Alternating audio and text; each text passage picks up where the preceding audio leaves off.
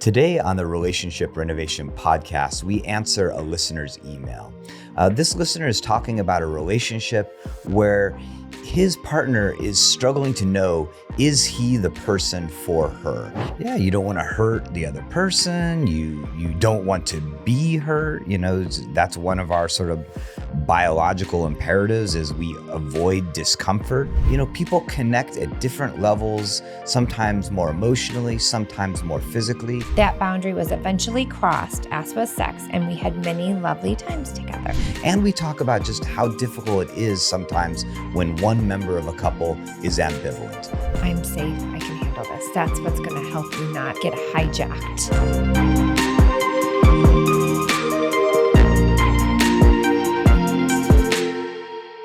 Hello, all, and welcome to the Relationship Renovation podcast. I'm Tara Kerwin. And my name is EJ Kerwin. And today we're responding to a listener email.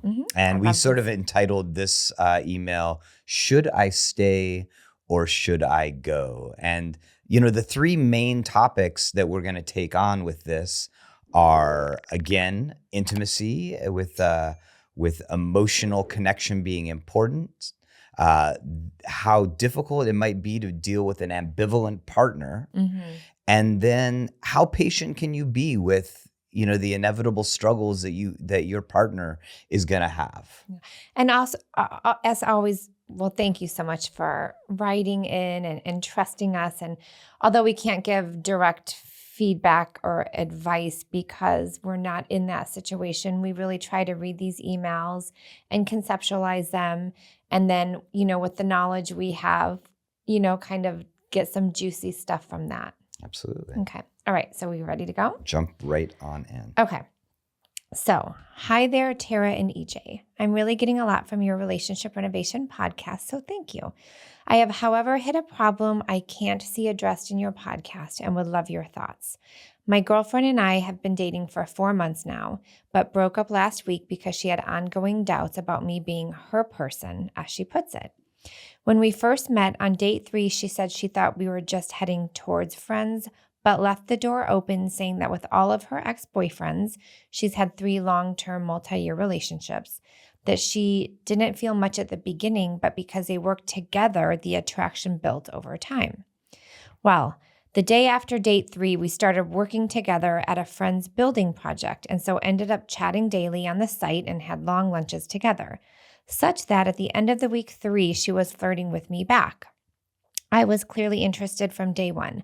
Long story short, we started holding hands, being a little intimate, such as nights under a duvet at the beach, spooning with clothes mostly on, and talking to 3 a.m. At the end of the 3 weeks, not being sure still, she didn't want to kiss until the 2-month mark.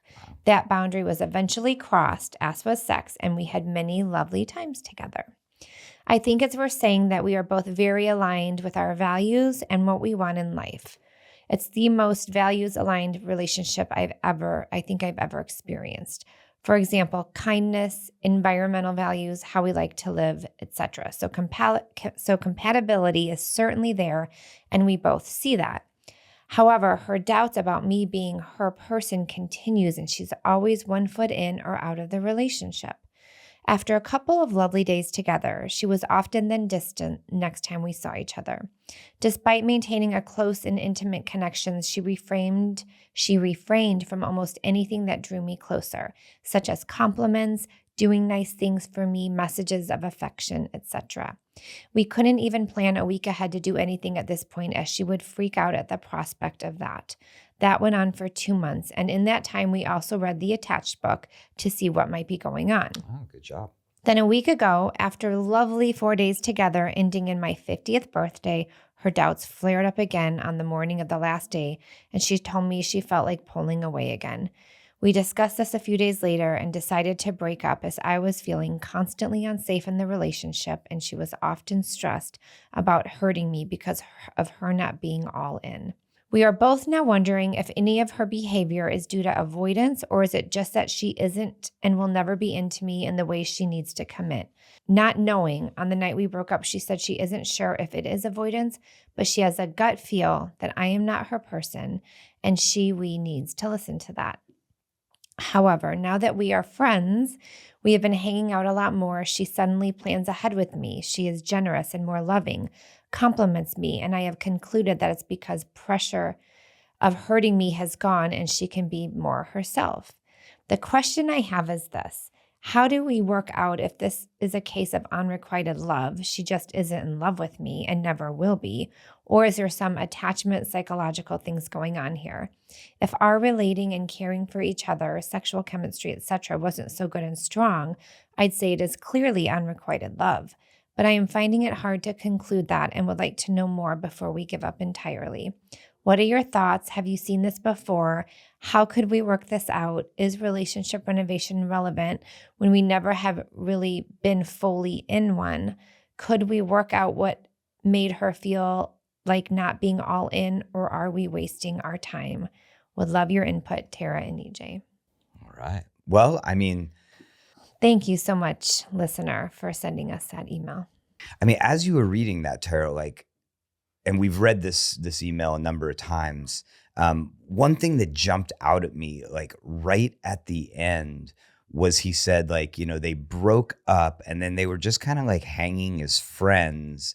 And that when that pressure was off, that they both felt really connected. That right? makes total sense. Yeah. And that like, yeah, to me that, you know, I think we'll come back to that and at the end to really wrap it up. But that means so much that there's a lot of pressure.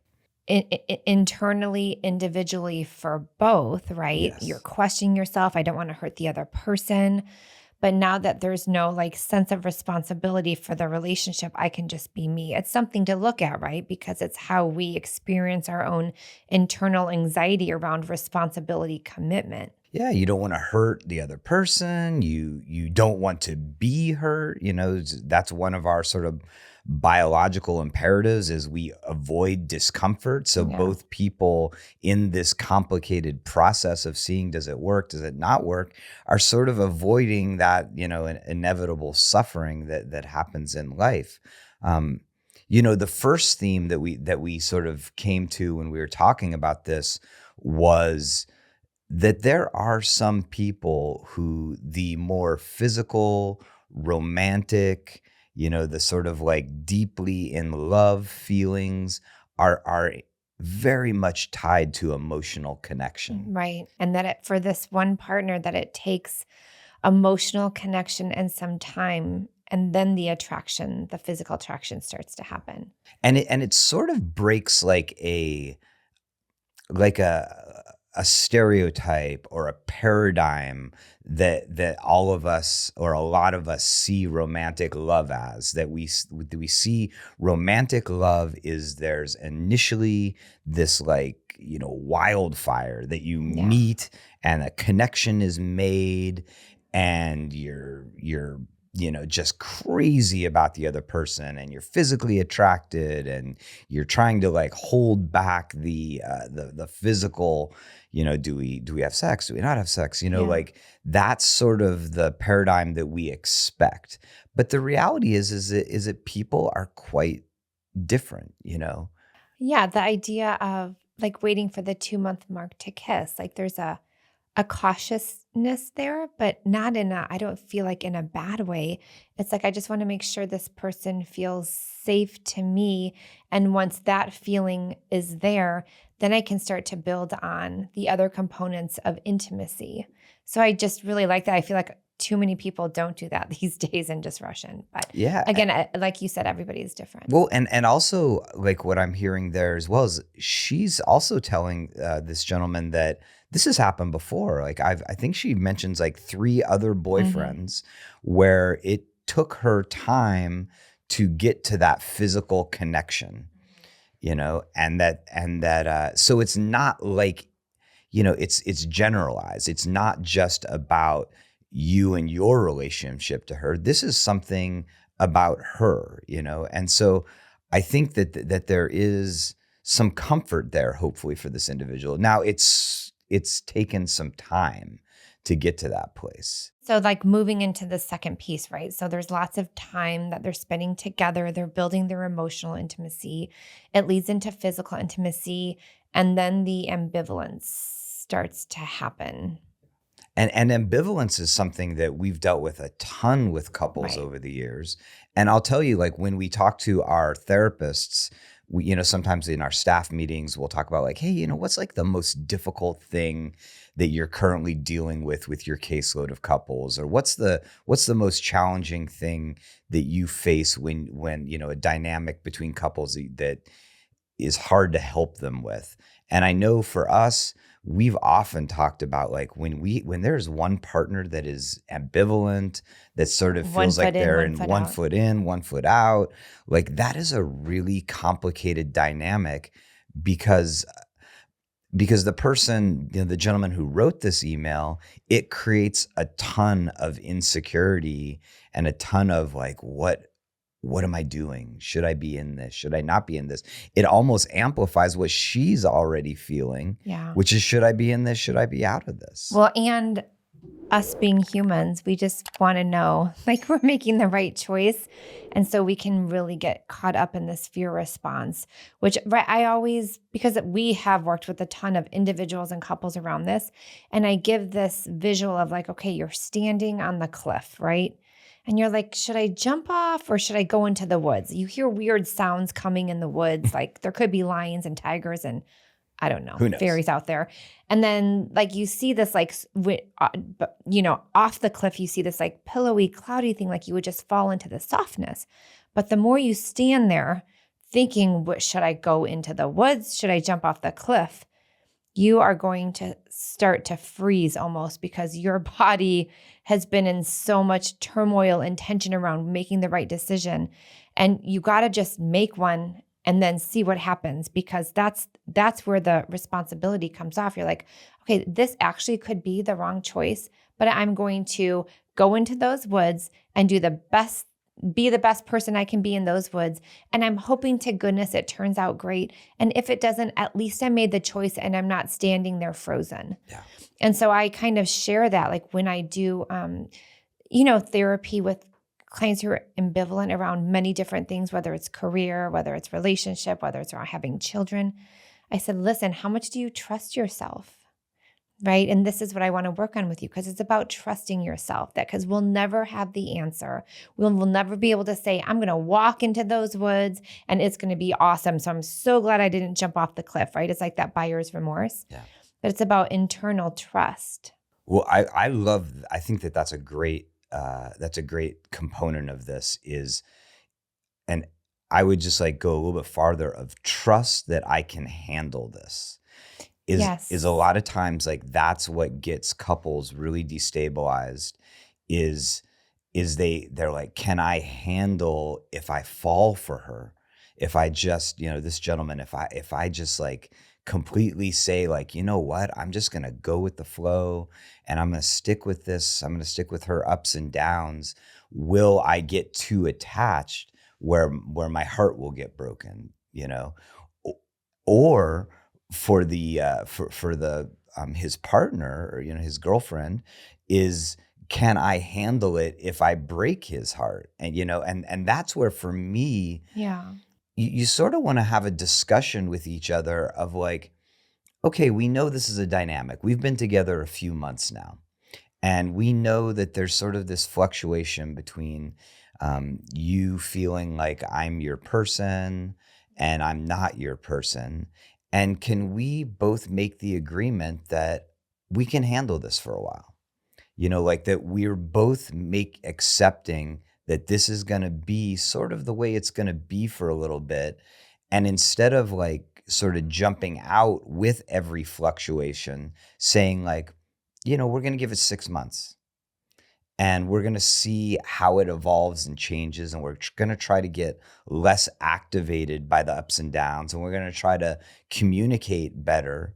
We're going to try to communicate in a really open-hearted and curious manner about it, and sort of accept that I can handle it for a while.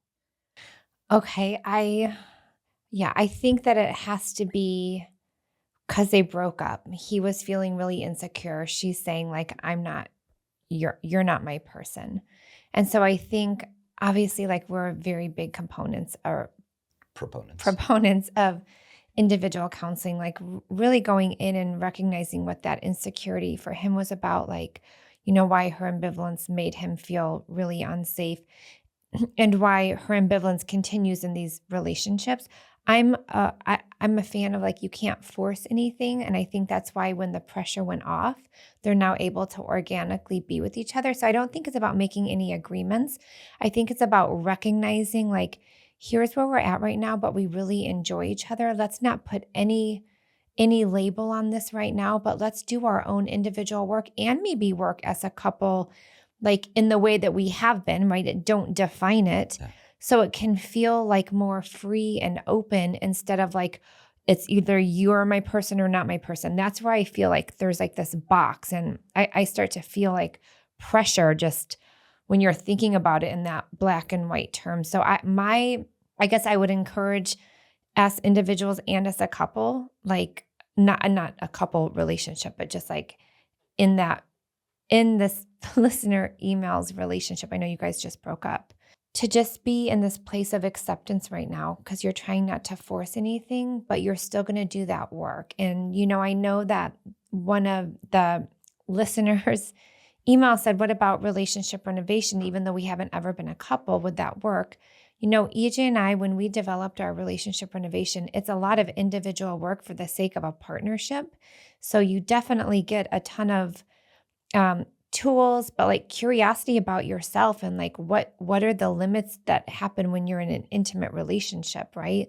Like what are the walls that keep maybe going up and then repeating themselves in more relationships? And so any type of work you're doing, whether it's individual or with someone that you really have like gelled with, like this listener they're very aligned in their values and the way they see life.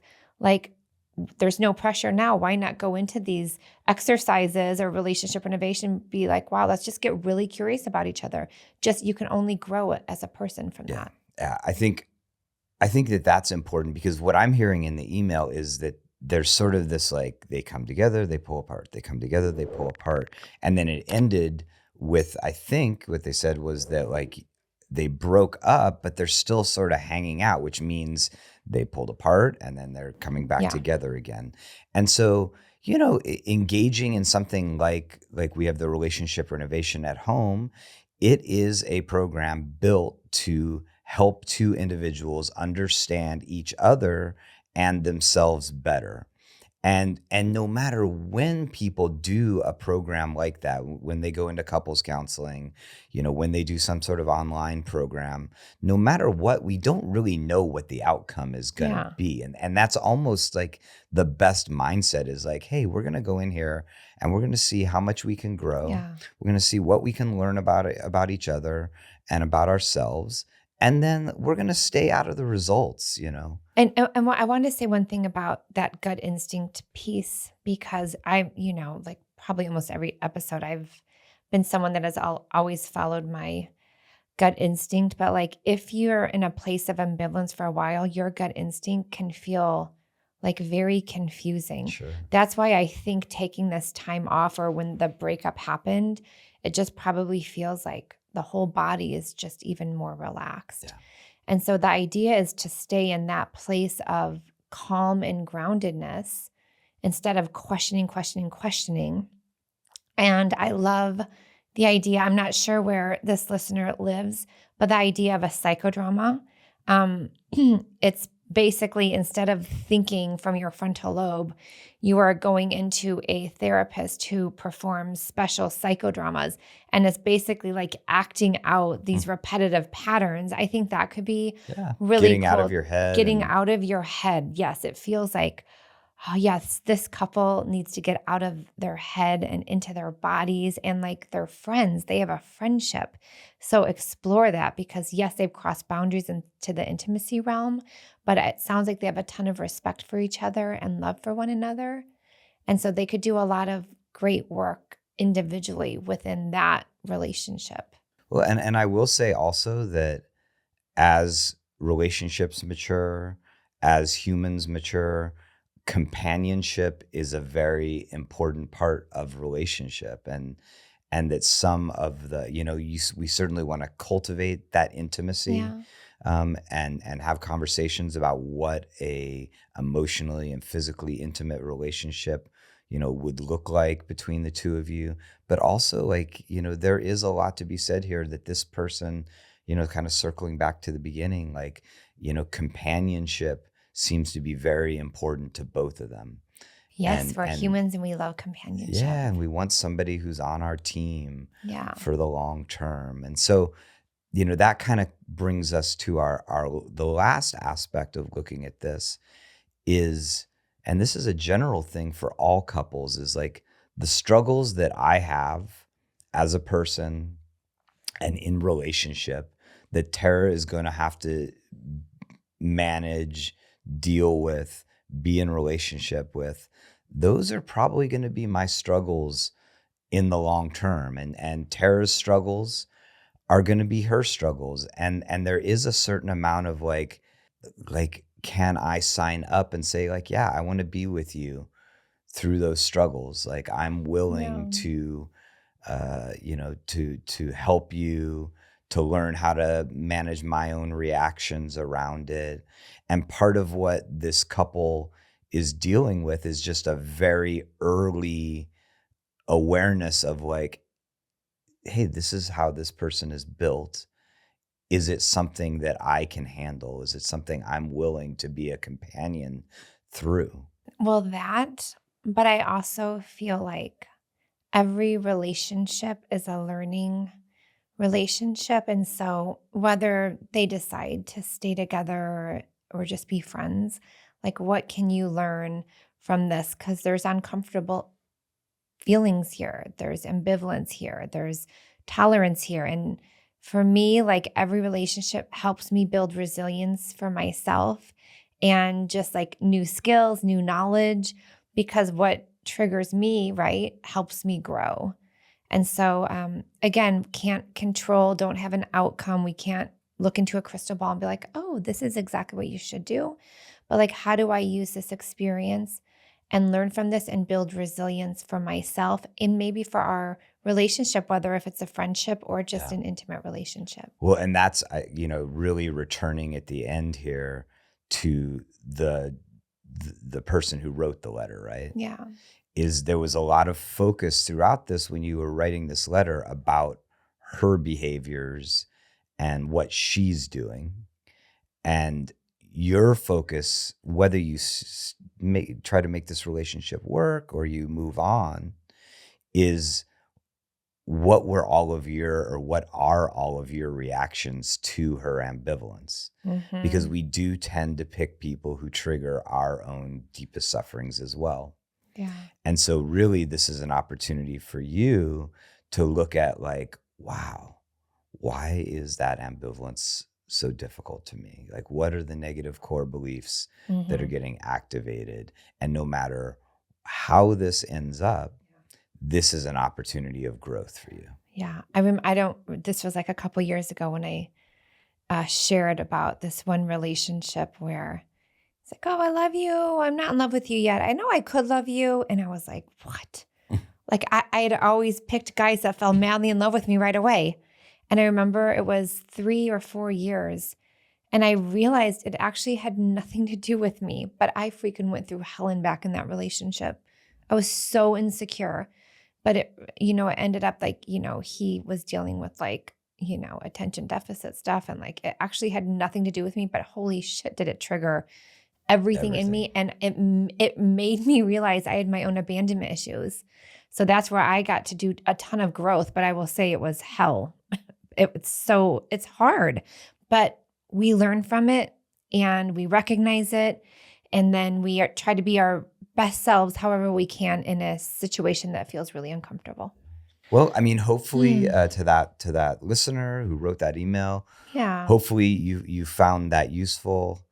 It's also like, it's just like these issues, even though this couple has very specific stuff going on, there's aspects of it that, that we can all relate to, and having somebody who feels like they're half in, half out, that it changes, we hear about that we hear about that early on in relationships. We hear about that, like, that's been going on. Like, this person has threatened me and told me they want to leave for the past 30 years. Yeah.